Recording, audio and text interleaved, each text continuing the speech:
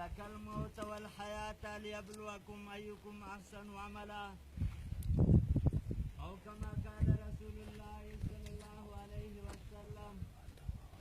موتوا قبل أن تموتوا وحاسبوا قبل أن تحاسبوا آمنت بالله صدق الله العظيم درود شریف رب کائنات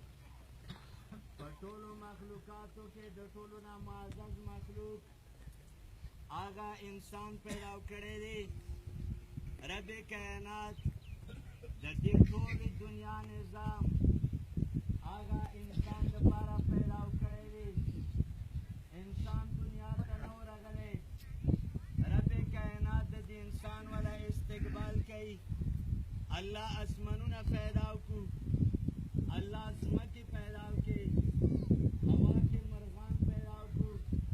سمندر کې میان پیدا کړو رب کائنات دنیا ته زینت ورکړ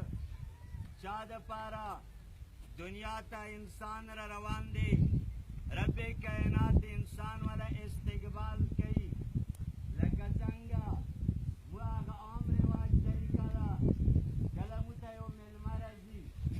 هغه دپاره مو هغه کور ښایسته کوو هغه دپاره بیتک ښایسته کوو هغه ته خوشحالیږو د هغه اکرام و اعزاز کوو رب کائنات همدارنګې انسان راتلو نه مخکې هغه دنیا ته وجود ورکړ دنیا ته به انسان راځي هغه انسان الله پیدا وکړ اوس هغه انسان قیمتي دی کوم انسان ته تعلق د الله سره وي کوم انسان ته تعلق د پیغمبر سره وي دغه انسان چا ته تعلق د الله سره وي چا تعلق د پیغمبر سره وي چا تعلق د قرآن سره وي چا تعلق د حدیثو سره وي رب کائنات د دې انسان ته دومره عظمت ورکوي دغه اوس دغه د ایمان و د یقین دغه د اعمالو والا بنده رب کائنات ته د دې اسمانونو نه خوښ دی سمندرونو نه خوښ دی ونو بوټو نه خوښ دی حتی کې هغه د ایمان والا هغه د اسلام والا هغه د رب منونکی رب سره تعلق جوړونکی رب کائنات د فرشتو نه هم زیات محبوب ایمان والا یقین والا اعمال والا ولې محبوب دی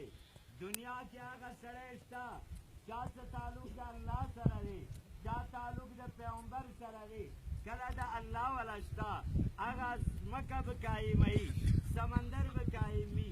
ونې به قایمي بوټي به ولاړ وي سمندر کې به میان ګرځي دغه بنده واجنه